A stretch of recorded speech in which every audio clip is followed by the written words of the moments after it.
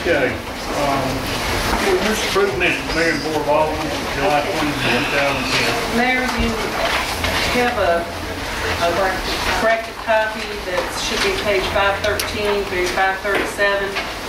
We had power outage like 5 or 6 times Friday when I was printing minutes, and didn't start over when it should have started over on printing, and started over when it shouldn't have started over. Anyway, your original one's in your packet. I'm sure when y'all read them, you're probably thinking, what the heck is this? But I called, and so did Gary. He's like, hello. But these are the corrected minutes here, and they didn't really need to be corrected, just need to be reprinted. Move for approval with the corrected. Reprinted minutes. Second. Reprinted. Have a second, Mr. Lyson, all in favor? Discussion?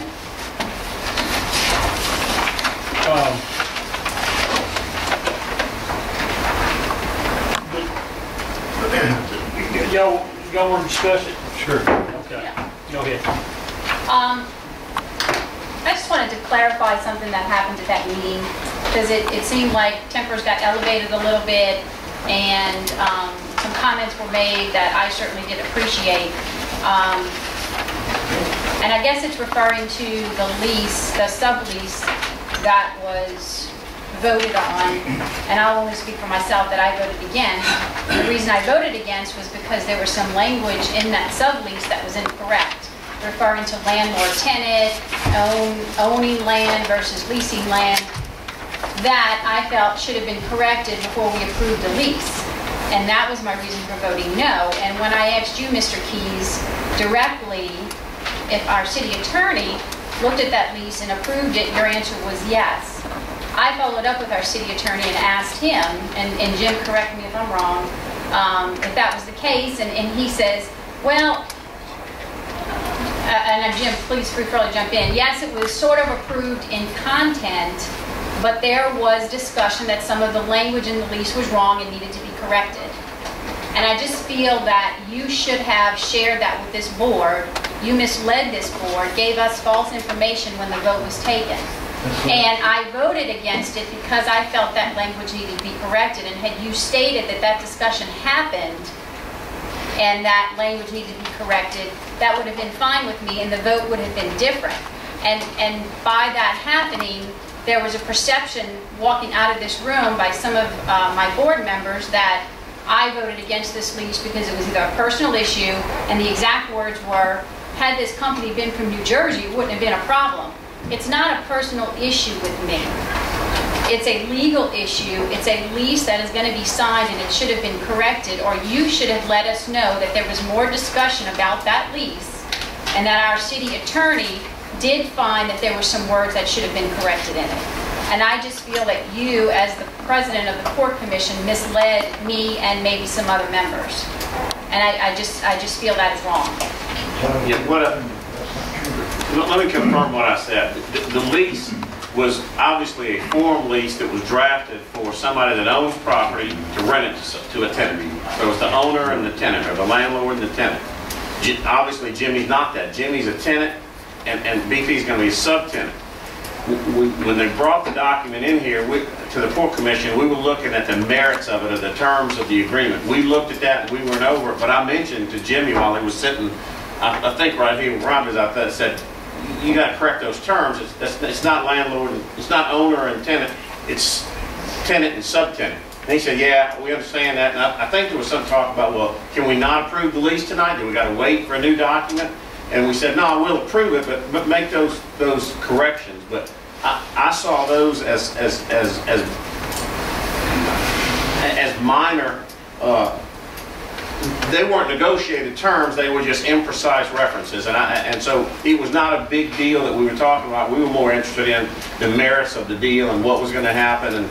And frankly speaking, Phil, correct me if I'm wrong here, the whole discussion seems to circle around one point, which was, this is not going to interfere with your operations, is it, Jimmy? This is not going to slow you down.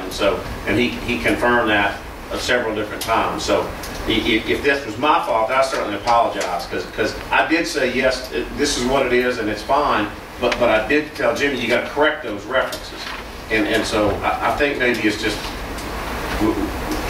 Well, anyway. It just would have been nice had that information been shared with this board when that vote was taken, because the votes probably would have been different, and there would have been no disgruntlement amongst us board members. That's all I have I to say. agree with what Ms. Kubion said. You asked me if... I'm not against Jim Levens or anybody else down there in the harbor or contractor or anywhere else it is like some people partake. But the thing was that my representative on the board said he never saw that lease. Now, the thing I would like to see is that all the Port Harbor Commission board get to see everything that's presented, and we don't see this at the last minute when it comes up here for our vote. He brought it, he came to the meeting that night. It was there for everybody to see. Well, I'm telling you what, I'm just echoing what my board member said. He didn't see it. Isn't Barney your... That's who it is. It was put in front of him. I'll let you call him a liar. I'm not calling him a liar. Yeah. I'm saying he didn't read it. So you're saying the material was there? It was there. For him to look at. This may be, again, a question of us misunderstanding each other. Barney may mean he didn't get this, the same thing I hear a lot of you express. You don't get to see something till you get here, and that's not really enough time for you to look at it and digest it. And that's true. I mean, Jimmy showed up with it. He emailed it to me that afternoon, and I took the time to stop and read it before we showed up. But I don't think he emailed it to all the members. So Barney may be saying, you know, we walk in cold and don't have a chance to look at it ahead of time. I don't think because I know it was Jimmy came in and provided copies that night. I know I was the only one he emailed it to ahead of time, and I had to stop and read it that day before I got there, that afternoon. So that may, again, I'm not taking up for anybody taking this out. I apologize to the commission because we didn't have copies, because they weren't furnished with us. This thing came up, as Jim said, just before the meeting. I got a copy that I hadn't even read. It came like 5 minutes before I left work. I happened to check my email, it was there. I downloaded it and brought it in, and I read it sitting up there. And then it was passed around to the members to read it. And Jim had a copy. Those are the only 2 copies that we had. Mr. Keys, Other than what Mr. Levin said. does it still appear that they're even going to still even do the car wash thing? Boat wash. Boat wash, I'm sorry, boat wash. Apparently not. I don't know. All of us They have moving. they have not Still gonna do contacted. it? All this could just be a moot point. No, they're still going to do them. You know, the fear is that, you know, they've only collected less than 1/3 of the oil that's leaked. And there was 1,770-something thousand gallons of dispersant put out there. So it's somewhere. The microbes are not eating that much of it out. We're still getting it washed up on Cat Island and Ship Island. You know, we're still getting some washed up here. The fear was, and the urgency of getting the boat washes in, was that we're going to open it up to recreational fishermen who go out there. You got sports boatsmen going out. They're coming back in. They're putting their boats back on the trailers. Whether they've been in oil or not, you don't really know. They're coming back in with a lot of scum on their boat from being out there. They're going to the local car wash. They're washing it off. If it's oil, it's getting into our storm drain and our drainage system. We've got an EPA problem then. So that's why we want to have this here, and BP has committed to doing it. I've got another meeting tomorrow. The RFPs have gone out. It's being advertised in the paper for local contractors to take over this, to put local people to work, because it's going to be a long-term deal.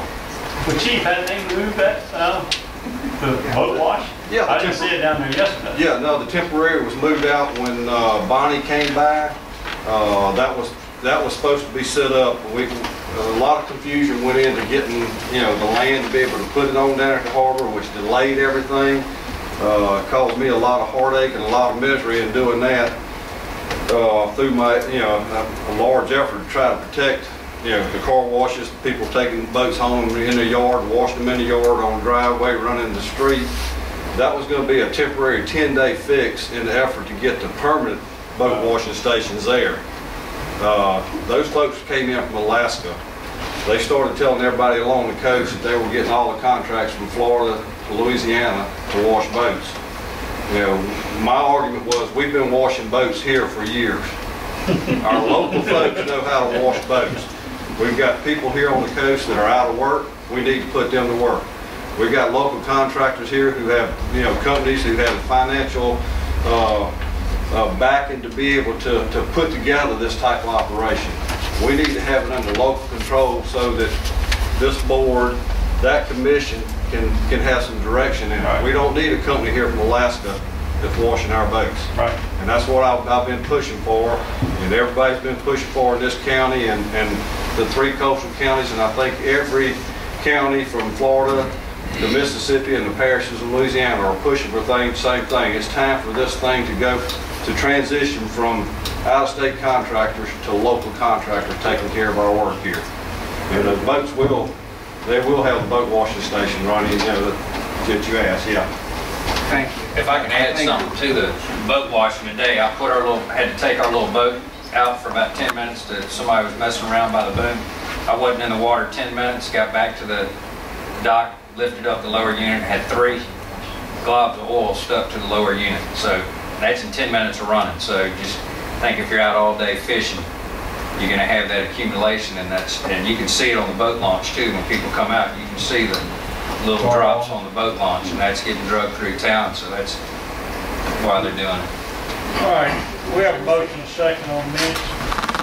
All in favor? Aye. Opposed, motion carries.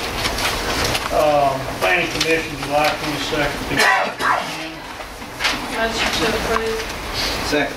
All in favor? Opposed, motion carries. Approved docket of claims number 080310. Motion to approve. Second with discussion. Discuss, please. I just have a quick question. Under accounting, category 155, civil emergency. There's one item about, for Ocean Marine Group, $17,760 for a Baywatch boat, I believe. In June, we had already approved the purchase of a boat for about $49,000. And I looked in the plan that was proposed, and we only proposed to buy one boat. We did a amendment to our sub grant because the harbor's boat was damaged when all the oil Okay, we didn't started get to see a copy of that amendment.